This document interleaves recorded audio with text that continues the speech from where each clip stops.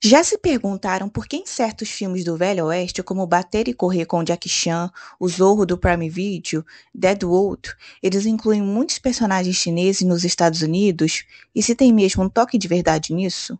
A resposta é sim.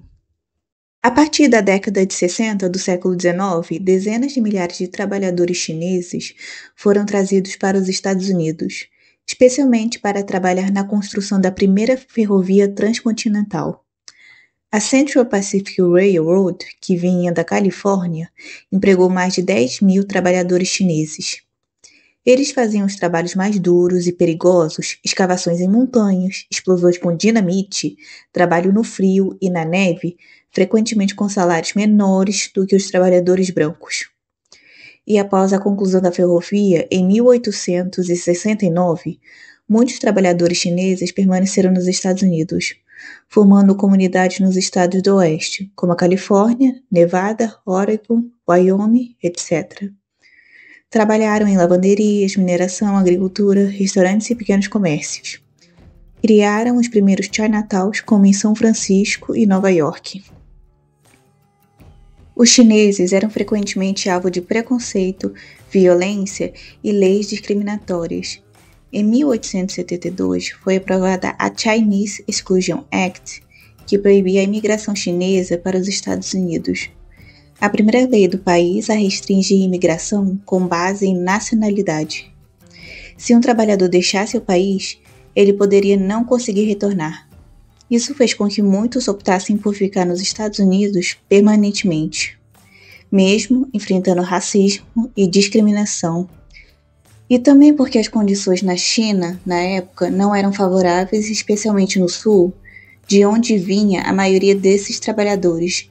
Estava marcada por pobreza, guerras civis e instabilidade política no século XIX. E o fato de que também não tinham recursos para voltar. A Chinese Exclusion Act foi oficialmente revogada em 1943, durante a Segunda Guerra Mundial, quando a China era aliada dos Estados Unidos contra o Japão. O fim da Chinese Exclusion Act marcou não apenas a revogação de uma das leis mais discriminatórias da história dos Estados Unidos, mas também o início de uma lenta e ainda incompleta caminhada rumo à inclusão. Desde então, os sino-americanos têm deixado uma marca profunda na cultura, economia e identidade do país.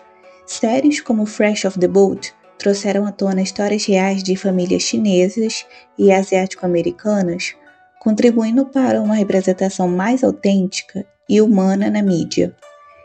Entre os cientistas, empreendedores, artistas e líderes políticos de origem chinesa que deixaram a sua marca está o físico Steven Chu, ganhador do Prêmio Nobel, Bruce Lee, que mudou completamente a forma como os asiáticos eram retratados em Hollywood, Constance Wu, que é a protagonista da série que eu falei, que se tornou um símbolo da nova geração de representatividade asiático-americana na mídia, o arquiteto I.M. Pei, que projetou obras icônicas como a Pirâmide do Louvre e prédios em várias cidades dos Estados Unidos. E, por fim, Gary Locke, o primeiro governador sino-americano do estado de Washington.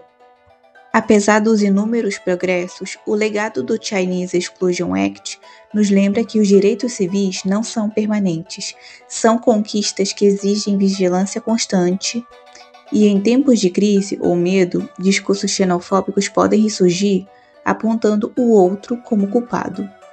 Deixe aí nos comentários se vocês acham que é possível o retorno de uma lei como essa para outras nacionalidades e em outros países. A história não se repete exatamente da mesma forma, mas às vezes ela rima, e cabe a nós reconhecer os sinais. Obrigada por terem assistido até o final, compartilhem e deem um like que dá força ao canal, e até o próximo vídeo.